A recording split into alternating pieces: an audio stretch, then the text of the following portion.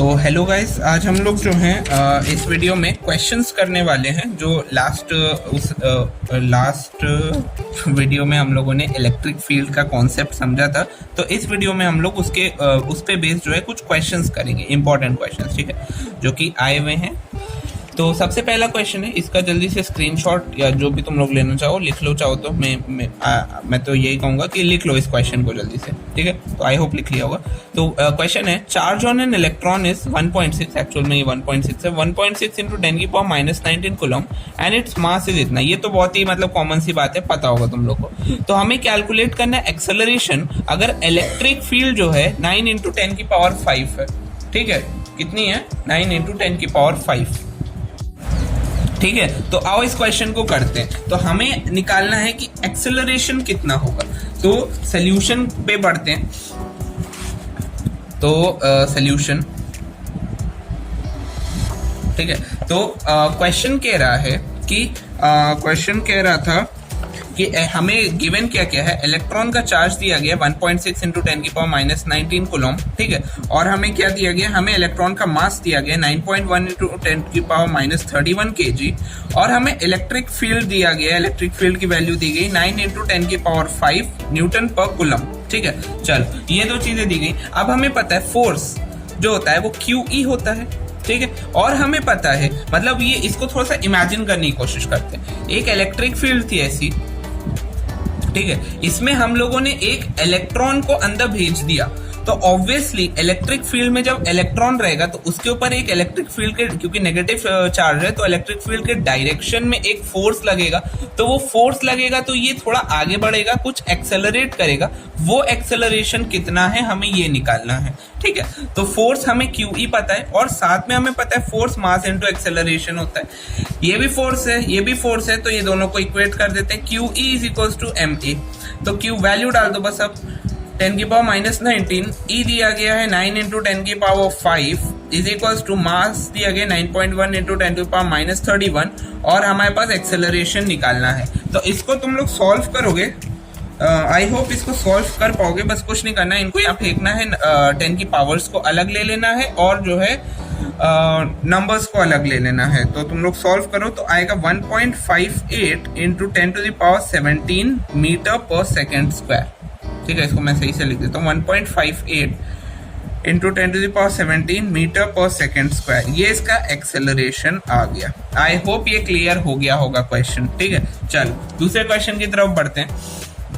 Question है ये, once again note कर लो चाहो तो, क्योंकि अच्छा क्वेश्चन है। क्वेश्चन कह रहा है, 2 charge particle of mass m and 2m। दो चार्ज पार्टिकल है, एक का मास m है, दूसरे का मास 2m है। Have charges +2q and +q। उसके ऊपर जो चार्जेस हैं +2q है और +q है, ठीक है, रिस्पेक्टिवली। यानी कि m के ऊपर चार्ज है +2q, 2m के ऊपर चार्ज है +q, थोड़ा सा रेसिप्रोकल टाइप का। They are kept in uniform electric field and allowed to move for the same time. यानी कि उसको जो है हम लोगों ने इलेक्ट्रिक फील्ड में रखा और सेम टाइम, मतलब मान लेते 5 सेकेंड, तो दोनों को 5 सेकेंड मूव करने दिया हम लोगों ने। Find the ratio of the kinetic energy. दोनों के काइनेटिक एनर्जी का रेशियो क्या होगा। तो पहले क्वेश्चन को जो है थोड़ा पिक्टोरिकली यानी कि डायग्राम वाइज समझ लेते हैं। तो हमें एक मास दिया गया है, ये मैं मास बना देता हूँ। एक मास छोटा है, एक बड़ा बना देता हूँ, ठीक है। एक मास है m और दूसरा मास है 2m। ये रहा m और ये दूसरा मास रहा 2m, ठीक है। इन दो, और इसके ऊपर m के ऊपर जो चार्ज है वो +2q है, 2m के ऊपर जो चार्ज है वो +q है, ठीक है।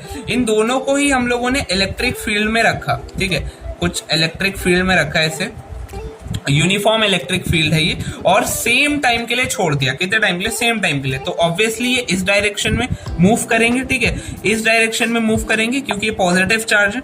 तो इस डायरेक्शन में मूव करेंगे, इस डायरेक्शन में नहीं, आई थिंक उल्टा हो गया, सॉरी, इस डायरेक्शन में मूव करेंगे, ठीक है। और वो इलेक्ट्रॉन जो ऊपर वाला केस था वो इस डायरेक्शन में मूव करेगा।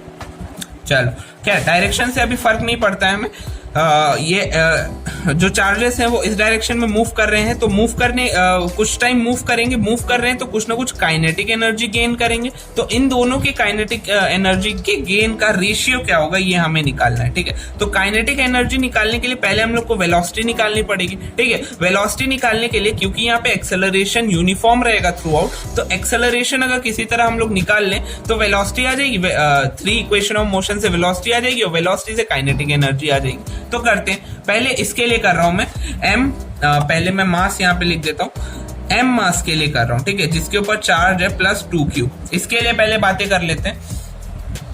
अच्छा, ये m कॉमा है बाय द वे, m1 मत समझ लेना इसे, m मास है और प्लस 2q है। तो आओ करते हैं। तो फोर्स हमें पता है, फोर्स होगा इसके ऊपर QE, है ना, और फोर्स इसके ऊपर होगा MA1 कह देते हैं, चलो ठीक है। चलो तो यहां से दोनों को इक्वेट कर दो, QE is equals to MA1, और इसके ऊपर चार्ज कितना है 2q, तो ये फोर्स 2QE होगा और चार्ज जो ये होगा। तो यहां से हम लोग क्या निकाल सकते हैं, A1 की वैल्यू निकाल सकते हैं, कितना हो जाएगा 2QE/m।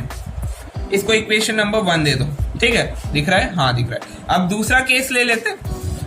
दूसरा केस होगा हमारे पास 2m मास होगा और साथ में प्लस q चार्ज होगा, ठीक है।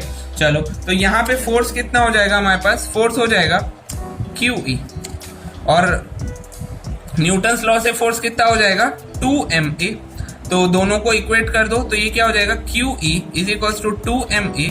A2 कह देता हूं मैं इसे, एक्सेलरेशन इसका डिफरेंट रहेगा ऑब्वियसली क्योंकि मास चेंज कर दिया और चार्ज भी चेंज कर दिया है। तो A2 की वैल्यू कितनी आ जाएगी, QE/2m।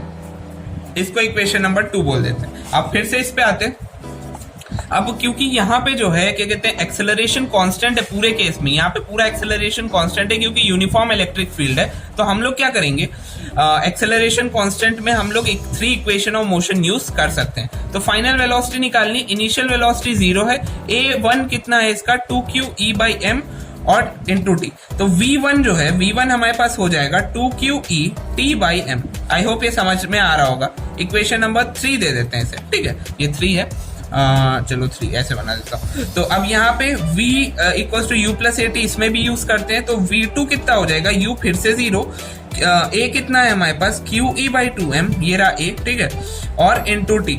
तो V2 की वैल्यू कितनी आ जाएगी QE/t/2m। इसको इक्वेशन नंबर 4 बोल दे रहा हूं मैं, ठीक है। चलो अब क्या करना है, हमें काइनेटिक एनर्जी निकाल लेनी है। काइनेटिक एनर्जी क्या होता है, हाफ m v1 स्क्वायर। तो क्या हो जाएगा, हाफ m 2QET/m का होल स्क्वायर। आई होप ये समझ में आ रहा होगा। तो काइनेटिक एनर्जी फर्स्ट हो जाएगी, फर्स्ट पार्टिकल के लिए ये हो जाएगी 1/2 इंटू m इंटू मैं स्क्वायर सब में करे दे रहा हूँ, ठीक है। तो ये हो जाएगा 4Q² E² T²/m²।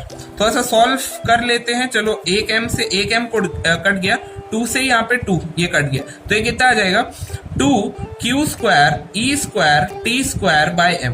I hope ये समझ में आ रहा होगा। First kinetic energy. वैसे ही दूसरी काइनेटिक एनर्जी जल्दी से निकालता हूं मैं। Second kinetic energy half m v2 तो ये हो जाएगा हाफ m v2 कितना है QET/2m का होल स्क्वायर। तो ये हो जाएगा हाफ, ये m से एक m उड़ गया, 2 से यहाँ पे ऊपर 2 तो है नहीं, तो ये हो जाएगा 8। ये देखो ये 2 का स्क्वायर 4 और ये 2 तो 8, ठीक है। m Q² E² T²/m, ठीक है। एक m से m यहाँ पे स्क्वायर है, क्योंकि ये स्क्वायर है तो एक m से एक m कट जाएगा, ठीक है, एक ही m बचेगा। तो ये हमारा KE2 हो गया, ठीक है। ये 2 चीजें निकल आई। अब इन दोनों का हम लोग को रेशियो निकालना है, तो रेशियो निकालते हैं। तो यहाँ पे मैं नोट डाउन जल्दी से कर देता हूँ। काइनेटिक एनर्जी फर्स्ट आई है, फर्स्ट काइनेटिक एनर्जी आई है, आई होप दिख रहा है, हाँ दिख रहा है।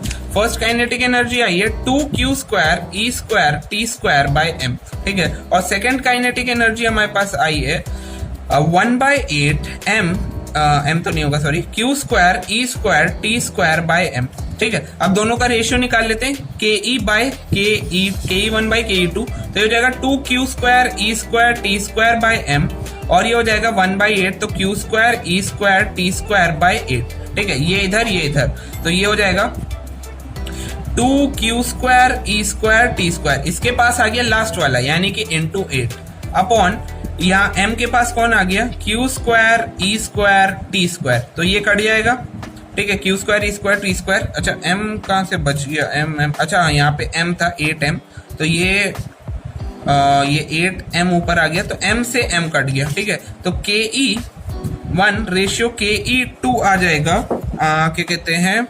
8:1। आई होप ये समझ में आ रहा होगा। ठीक है, नहीं 8:1 नहीं है, 8 2 16, यहाँ पे 16:1 है।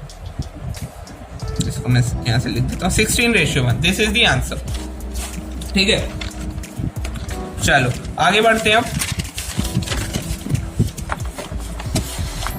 अब अगला क्वेश्चन है, अगला क्वेश्चन ये रहा।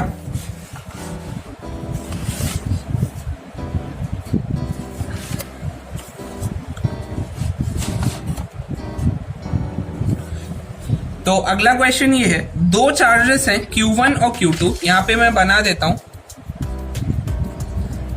और Q2, ठीक है, माइनस का ही चार्ज। तो Q1 की वैल्यू हमें दी गई है 20 इंटू 10⁻⁻6 कूलम, और Q2 की वैल्यू दी गई है -20 इंटू 10⁻⁻6 कूलम। ठीक है, मतलब एक पॉजिटिव चार्ज है और नेगेटिव चार्ज है, दोनों ही इक्वल एंड ऑपोजिट है। तो ये हम लोग को वैल्यूज दी गई है। अब आगे क्या कह रहा है, ये दोनों 20 सेंटीमीटर अपार्ट रखे गए। तो मैं यहाँ पे एक ढंग से डायग्राम बना देता हूँ।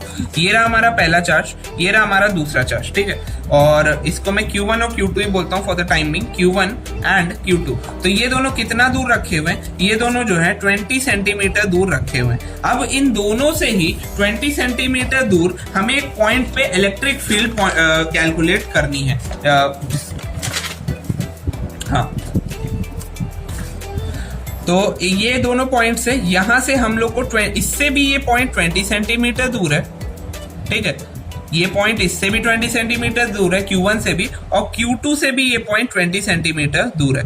तो हमें इस पॉइंट पे, ये पॉइंट को मैं P बोल देता हूँ, इस पॉइंट पे इलेक्ट्रिक फील्ड जो है कैलकुलेट करनी है। तो आओ करते हैं, बहुत सिंपल है। तो सबसे पहले तो ये बताओ, ये पॉजिटिव है और ये नेगेटिव है, Q1 और Q2 दोनों को ही मैं Q बोल देता हूँ, क्योंकि मैग्नीट्यूड तो सेम ही है, तो +Q और -Q। ठीक है, तो इसकी वजह से यहाँ पे इलेक्ट्रिक फील्ड बाहर की तरफ होगी। ठीक है, आउटवर्ड डायरेक्शन में, क्योंकि पॉजिटिव चार्ज से जो इलेक्ट्रिक फील्ड बाहर की तरफ निकलती है।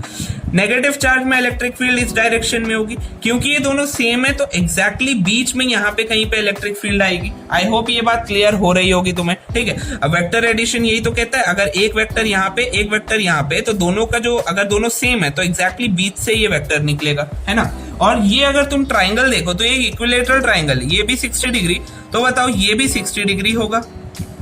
आई होप ये बात क्लियर हो रही होगी। ठीक है, तो चलो फिर कैलकुलेट करते, पहले इलेक्ट्रिक फील्ड कैलकुलेट कर लेते हैं, सोल्यूशन। तो इलेक्ट्रिक फील्ड हम लोग को यहां से निकालना है, तो ए पॉइंट के लिए फॉर ए लिख लेता हूं, फॉर ए। तो इलेक्ट्रिक फील्ड निकालना, F = QE होता है ना। तो क्या आ जाएगी, F की वैल्यू होती है 1/4πε0, या फिर इसको मैं K बोल देता हूँ, K 1/4πε0 Q1 Q2 by R² = QE। I hope ये बात समझ में आ रही होगी। या फिर तुम ये ना यूज करके डायरेक्ट इलेक्ट्रिक फील्ड का फॉर्मूला यूज कर लो, KQ/R²। ठीक है, ये ज्यादा सिंपल रहेगा। तो K हमारा 1/4πε0 है। Q चार्ज कितना है, Q ही है, अभी के लिए Q रखते हैं, ये लास्ट में ही वैल्यू डाल देंगे। R कितना है हमारा 20, चलो डाल ही देते हैं वैल्यू। और देन तो K की वैल्यू 9 × 10⁹, Q की वैल्यू 20 × 10⁻⁻6, और R की वैल्यू कितनी है 20 सेंटीमीटर, जिसे हमें मीटर में चेंज करना पड़ेगा। तो 20/100 का होल स्क्वायर। आई होप ये बात समझ में आ गई होगी। 0 से 0 कट गया। ठीक है, तो ये हो जाएगा 9 × 10⁹ × 20 × 10⁻6 अपॉन 2 का स्क्वायर यानी कि 4 हो जाएगा, और ये 10 का स्क्वायर यानी कि 100 ऊपर, 10⁻2 ऊपर चला जाएगा। तो E1 निकाल रहे हैं हम लोग, या EA निकाल रहे हैं इस पॉइंट पे। तो EA हो जाएगा हमारा 9 × 10⁻9 × 20 × 10⁻6 × 10⁻2 अपॉन 4। नंबर्स को अलग कर लेते हैं। ठीक है, तो पहले तो इसको काट देते हैं 2 10s, और 10 की पावर्स को अलग कर लेते हैं। तो 9 यहाँ बचा, 2 यहाँ बचा, और तो कोई है नहीं। 10⁻9 10⁻6 10⁻2, तो ये कितना हो जाएगा 9 6 3 3 5 4.5 × 10⁻5। तो EA हमारी इलेक्ट्रिक फील्ड आ गई 4.5 × 10⁻5 न्यूटन पर कूलम। हाँ सॉरी गाइस, यहाँ पे मैं जो है ये वाला 10 खा गया था, कहाँ गया ये वाला 10, ठीक है। तो इस 10 को मैं एक काम करता हूँ 10 की पावर 3 बना देता हूँ, मतलब ये 10 और इंटू 10 टू द पावर 2, तो ये 10 टू द पावर 3 हो जाएगा, तो ये अल्टीमेटली 10 की पावर 6 आएगा, ठीक है। तो 10 की पावर 6 ये आ गया। बहुत सिंपल है, 10 की पावर्स को अलग कर लिया और नंबर को अलग कर लिया, तो EA की वैल्यू हो जाएगी 4.5 इंटू 10 टू द पावर 6, तो ये EA आ गया, ठीक है। मतलब ये इस डायरेक्शन में, ये वाला एरो जो दिख रहा है इस डायरेक्शन वाले की वैल्यू आ गई हमारे पास। चलो अच्छा बताओ, अगर EA मतलब इस चार्ज की वजह से इतना होगा तो ये भी तो सेम होगा, तो EB की वैल्यू क्या हो जाएगी? EB की वैल्यू भी 4.5 into 10 to the power 6 newton पर कूलम हो जाएगा, है ना। EA अगर इतना है तो EB भी इतना ही होगा, क्योंकि सेम चार्ज है, सेम चार्ज की इलेक्ट्रिक फील्ड भी सेम होती है। तो अब तुम ये बताओ, अब मैं यहाँ पे एक काम करता हूँ, स्केच से बना देता हूँ ये डायग्राम। एक इलेक्ट्रिक फील्ड इस डायरेक्शन में, एक इलेक्ट्रिक फील्ड इस डायरेक्शन में, है ना। तो अब हमें ये बीच वाली इलेक्ट्रिक फील्ड चाहिए, ये जो डॉटेड में बना रहा हूँ ये इलेक्ट्रिक फील्ड हमारी रिजल्टेंट इलेक्ट्रिक फील्ड है, ये हमारा एक्स एक्सिस मान लेते हैं इसको, ये जो पैरेलल वाली एक्सिस है ये एक्स एक्सिस है, ठीक है। तो ये एंगल है 60 डिग्री, ये एंगल भी है 60 डिग्री, ठीक है। कैसे आया ये दोनों एंगल्स? तो पहले तो ये देखो, यहाँ पे ये इक्विलेटरल ट्राइंगल है 20 20 20, तो ये 60 डिग्री होगा और ये लाइन इसके पैरेलल होगी, तो ये एंगल भी 60 डिग्री होगा। आई होप ये समझ में आ रहा है। तो वैसे ही ये और ये तीनों को ऐड करने पे कितना आएगा? 180। तो ये 60 तो बचा ये भी 60 टोटल 180, तो ये भी 60 हुआ। तो आई होप ये समझ में आया होगा कि ये दोनों एंगल 60 कैसे हुए, ठीक है। ये इक्विलेटरल ट्राइंगल था यहाँ पे, एक मिनट, हाँ ये इक्विलेटरल ट्राइंगल था, तो ये एंगल 60 होगा, तो ये इसके पैरेलल है, तो करस्पॉन्डिंग एंगल से ये एंगल भी 60 होगा, तो ये हमें एंगल मिल गया 60। वैसे ही इन तीनों को ऐड करने पे 180 आता है, तो ये एंगल भी हमारा 60 हो गया, ठीक है। ये एंगल, ये दोनों एंगल 60 है। तो ये जो वेक्टर है हमारा, ये जो ऊपर वाला वेक्टर है, इसका एक कंपोनेंट इस डायरेक्शन में होगा, है ना। तो वो हो जाएगा EA cos 60।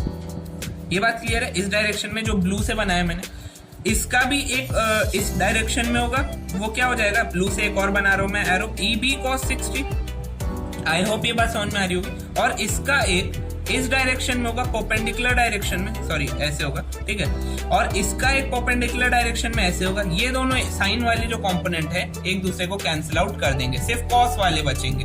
तो इसीलिए जो E टोटल होगा, E टोटल जो है वो EA cos 60 plus EB cos 60 के बराबर होगा। आई होप ये बात समझ में आ रही होगी, ठीक है। लास्ट टर्म पे मैंने बताया था वेक्टर अलजेब्रा के थ्रू ऐड होते हैं, तो यही है वो वेक्टर अलजेब्रा, ठीक है। तो EA की वैल्यू कितनी है? 4.5 into 10 to the power 6, cos 60 होता है 1/2, cos 60 हाँ 1/2। EB कितना है? 4.5 into 10 to the power -6 into cos 60 फिर से 1/2, दोनों सेम है, तो प्लस कर यहां से अगर चाहो तो ये वाला टर्म पूरा कॉमन खींच लो, तो आ जाएगा 1.5 into 10 to the power 6, 1/2 into 2, क्योंकि 2 बार ऐड हो रहे हैं, तो 2 से 2 निपट जाएगा। तो E टोटल जो हमारा आएगा 4.5 into 10 to the power 6 newton पर कूलम। ये आ गई हमारी वैल्यू। तो होपफुली तुम्हें अब कुछ आइडिया लग गया होगा कि किस टाइप के क्वेश्चन आते हैं, ठीक है। जरूरी नहीं है 27, मान लो यहाँ पे 20 की जगह 40 सेंटीमीटर अवे दे देता, तब भी हम लोग कर लेते इस क्वेश्चन को, है ना, सिमिलर अप्रोच से।